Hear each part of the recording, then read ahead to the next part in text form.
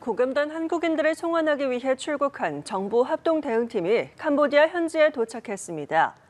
오늘 새벽 캄보디아 프놈펜 공항에 도착한 김진아 외교부 2차관은 오늘부터 공식 업무를 수행한다며 현황과 신속 대응 조치를 점검해 나갈 예정이라고 말했습니다.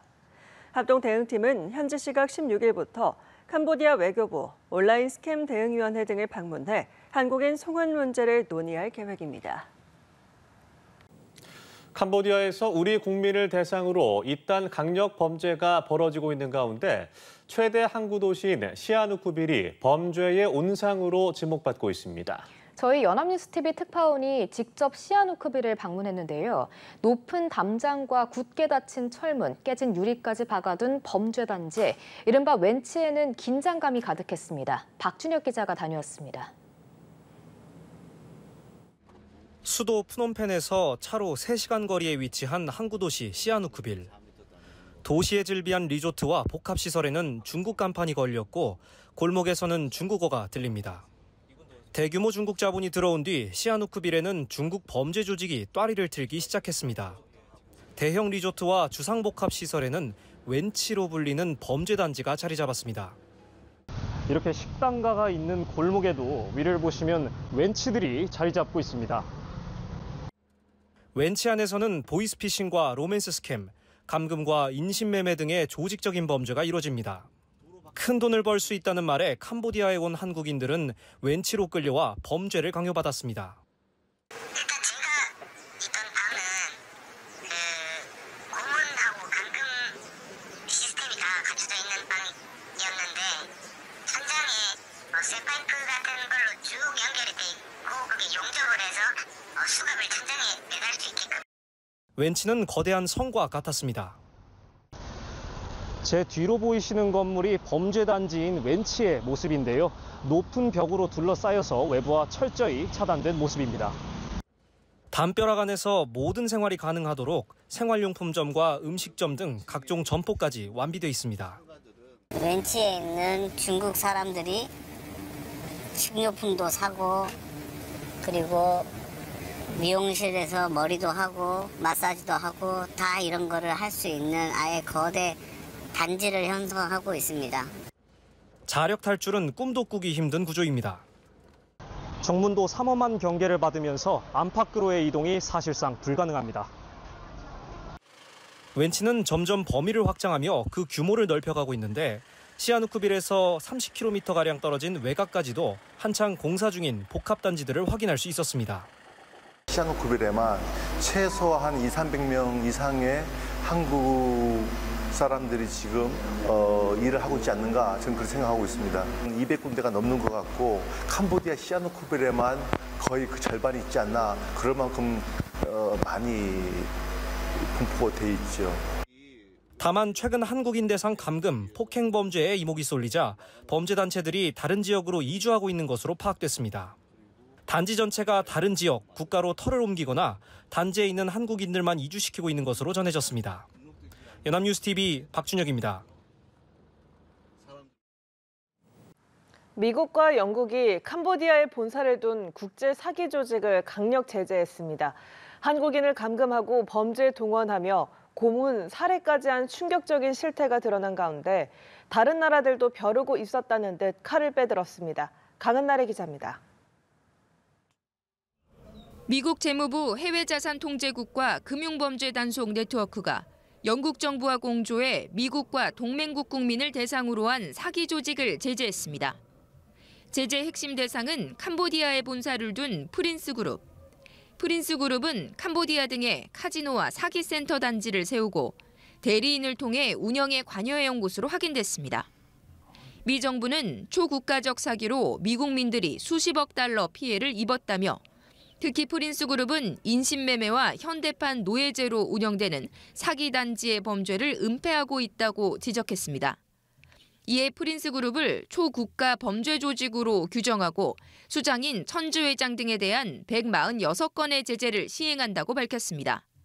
현재 도주 중인 천주 회장을 사기와 자금 세탁 등 혐의로 기소한 데 이어 한화 21조 원 상당의 비트코인을 몰수하기 위한 소송도 제기한 상태입니다. 1987년 중국 태생의 천지 회장은 캄보디아 국적을 취득하고 키프로스와 바누아투 등에서도 시민권을 매입한 것으로 알려졌습니다. 이와 별도로 미 재무부는 자금 세탁에 가담한 캄보디아 금융사 후이원 그룹도 미 금융체계에서 차단했습니다. 세탁 자금의 규모는 5조 7천억 원 정도로 북한이 해킹한 가상화폐 일부도 포함된 것으로 추정됩니다. 영국 역시 천주 회장과 그 측근 등이 소유한 런던의 230억 원짜리 고급 저택과 1,900억 원 상당의 아파트 등 부동산 자산을 동결했습니다. 가디언은 천주와 프린스 그룹은 전 세계 피해자들을 속이고 인신매매하고 고문했다며 최근 한국인 대학생 사망 사례를 전했습니다. 국제범죄 조직의 사이버 사기와 자금 세탁이 세계적인 사회 문제로 번지면서 각국 정부의 합동 대응이 본격화하는 분위기입니다. 연합뉴스TV 강은나래입니다.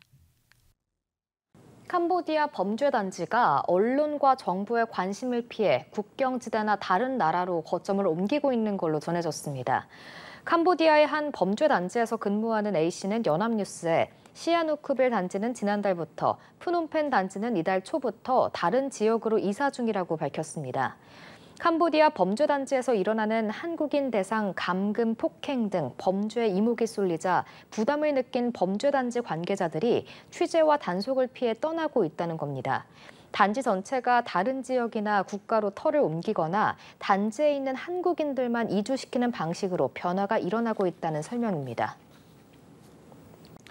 이처럼 캄보디아에서 한국인을 상대로 한 납치 감금 범죄 피해 신고가 잇따르는 가운데 캄보디아와 인접한 베트남 접경 지역에서 한국인 여성이 숨진 채 발견됐습니다. 경찰은 보이스피싱 범죄 조직 간 연관성을 들여다보고 있습니다. 임광빈 기자입니다.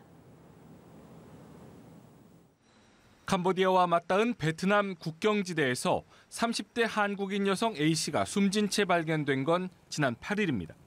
시신의 폭행 등 타살 흔적은 없었던 것으로 알려졌는데 내사에 착수한 경찰은 캄보디아에서 탈출한 한국인으로부터 A씨가 현지 호텔에 장기간 감금됐다는 진술을 확보한 것으로 전해졌습니다. 경찰은 A씨와 보이스피싱 범죄 조직 간 연관성을 들여다보고 있습니다. 현지 경찰도 사망 원인을 조사하고 있는데 A씨의 시신은 부검을 마치고 유족에게 인도돼 화장된 것으로 파악됐습니다. 캄보디아 바벳 등 접경지 범죄단체들은 최근 캄보디아 당국의 감시가 삼엄해지면서 근거지를 베트남으로 옮기고 있는 것으로 알려졌습니다. 이런 가운데 캄보디아 당국의 범죄단지 단속으로 붙잡혀 현지에서 구금 중인 한국인 63명 가운데 2명이 국내로 송환됐습니다. 경찰청은 국내 공항에 도착한 인원은 수사 관할서에서 체포해 수사한다며 대부분 인원이 현재 입건된 상황이라고 설명했습니다. 나머지 61명에 대해서도 신속한 송환이 이루어질 수 있도록 캄보디아 측과 협의하겠다고 밝혔습니다. 한편 경찰은 해외에서 우리 국민에게 납치 감금을 하거나 피싱 범죄를 벌인 조직원들을 대상으로 올해 말까지 자수의 기회를 주기로 했습니다. 특별기관에 자수하고 공범 또는 다른 조직원과 관련해 제보하는 경우에는 법이 허용하는 범위 안에서 양형에 적극 반영하는 등 선처하겠다고 밝혔습니다. 연합뉴스TV 임광빈입니다. 캄보디아 시아누쿠빌 현지에서 저희 취재진과 연락이 닿은 탈출 피해자들은 100일 동안 지옥 같은 날들을 살았다고 털어놨습니다. 머물던 방은 고문 시스템이 갖춰진 하나의 고문실이었고 도착 첫날부터 매일같이 폭행이 이어졌습니다. 최지원 기자입니다. 급여도 많이 주고 비행기 표까지 끊어준다니 혹해서 캄보디아에 들어갔지만 실상은 전혀 달랐습니다. 공항에 도착해 취업하기로 한 회사가 보내준 차에 탄 A씨가 일행과 함께 끌려간 곳은 캄보디아 시아누쿠빌의 범죄단지 웬치였습니다. 그러나 곧바로 다시 국경지대 포이펫의 웬치로 옮겨졌고 다짜고짜 폭행을 당했습니다. 그 이후론 매일같이 폭행이 이어졌습니다.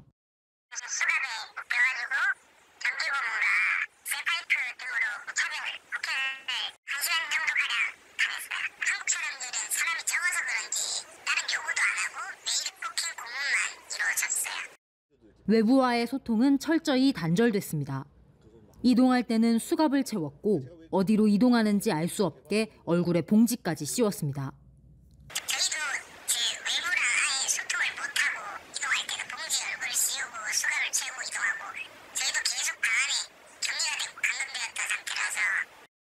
100일 동안 갇혀있던 포이펫 웬치 내부방은 사실상 고문실과 다름없었습니다. 방에서도 까치발을 들고 천장에 고정된 수갑에 채워진 채로 생활해야 했습니다. 천장에 쇠파이프 같은 걸로 연결이 돼 있고 그게 용접을 해서 수갑을 천장에 매달 수 있게끔 해놨어요. 외국인 경비도 많은 데다 CCTV는 방 밖은 물론 안까지 수백 개에 달했습니다. 당연히 탈출은 꿈도 꿀 수 없었습니다.